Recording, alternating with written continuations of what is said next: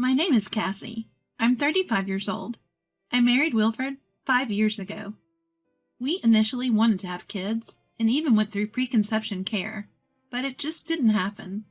It was emotionally and physically draining, so we decided to give up on having children. I still love kids, and sometimes when I see a baby, I think, I wish we could have had one.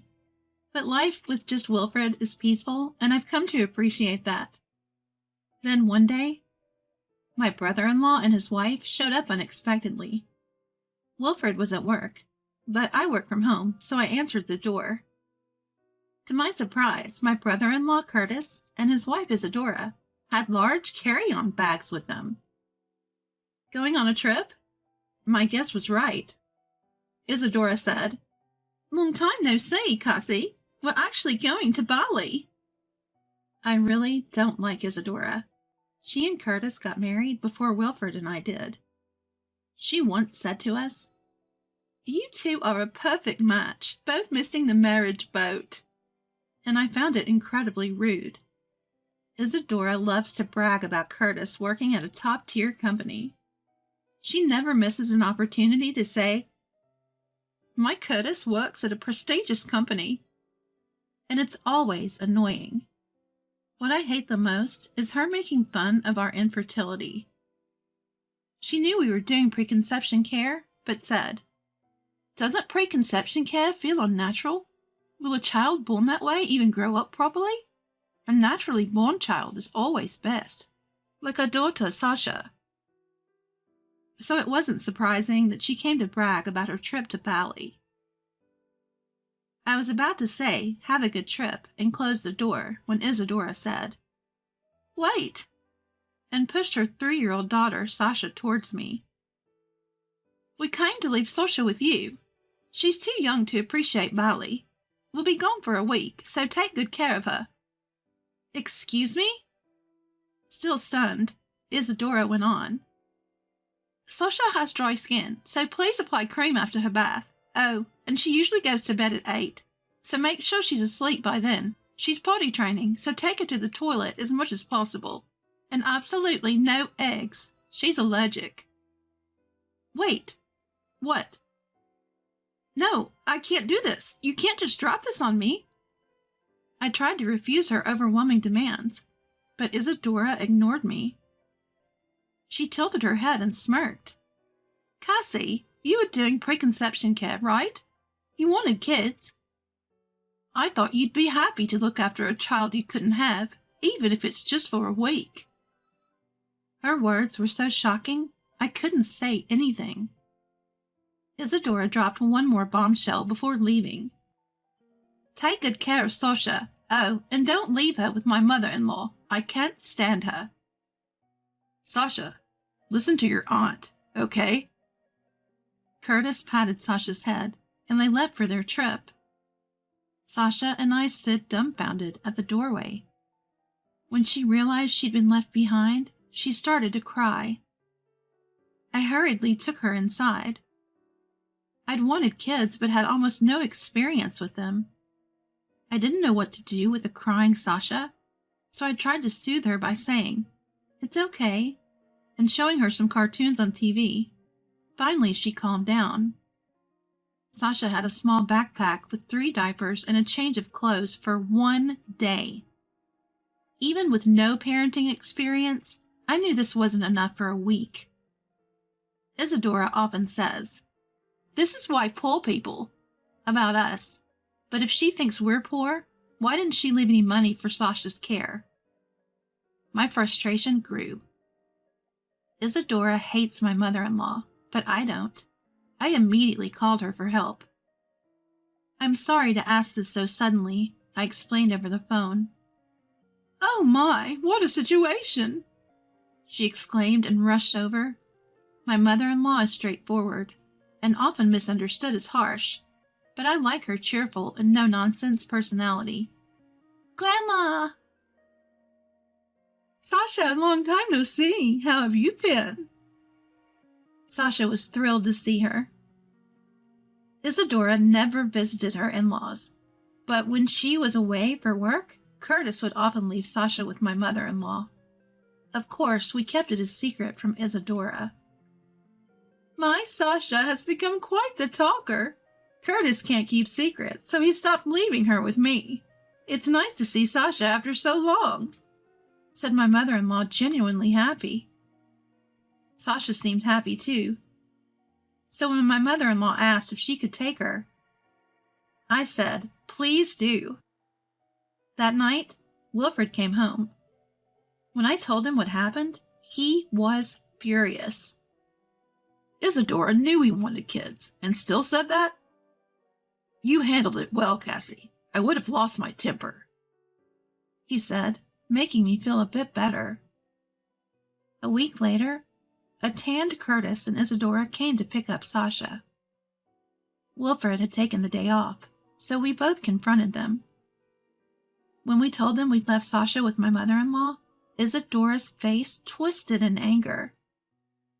I told you not to leave her with my mother-in-law. I hate her. Sasha likes her for some reason, and it bothers me. Isadora, could you not openly say you hate someone's mother? It's rude. Wilfred calmly replied. Isadora glared at me. I left Sasha with you out of goodwill.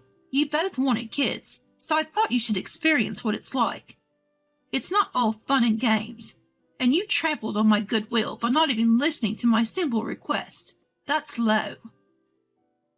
Her audacity left me cold. I snapped. People probably got mad at this. I confronted Isadora with the words that came to my mind, which had become strangely calm. The ones who are low are you and Curtis. What? Why didn't you take Sasha on your trip? You say she's too young to appreciate Valley? But you just didn't want the hassle. And leaving her for a week with only 3 diapers and 1 change of clothes? What's that about? Well, would you normally leave your egg-allergic child with someone else, even a relative? Allergies can be life-threatening. And Sasha cried when you left. Did you even consider how she'd feel being abandoned for a week? Isadora and Curtis were speechless. Finally, Isadora forced out some words. But I left Sasha with you out of goodwill, Cassie. You work from home. You have time. We're family. You could help a little with childcare. Or is it because you're poor and you didn't get paid for babysitting? As I sighed at Isadora's relentless need to belittle me, Wilfred, standing next to me, spoke up. Listen, Isadora, you keep calling us poor, but I think we earn more than you do. I work for a top international company, and Cassie makes twice as much as Curtis. As he said this, he pointed to a character merchandise displayed in our entryway. Recognize this character? Cassie designed it. What? Isadora and Curtis looked stunned, and for good reason. I'd never told them, not wanting to brag. But I was the designer of a character everyone knows. Designing its illustrations and merchandise is my main job, but I also illustrate children's books and create corporate mascots. I'm far from idle at home. I had no idea Cassie was such an amazing illustrator. Hey, Cassie, give me an autograph. I want to show off at work. I couldn't hide my disdain as Curtis stepped forward, ignoring his stunned wife, and asked for an autograph. No. I refused, but he kept begging. Come on, please.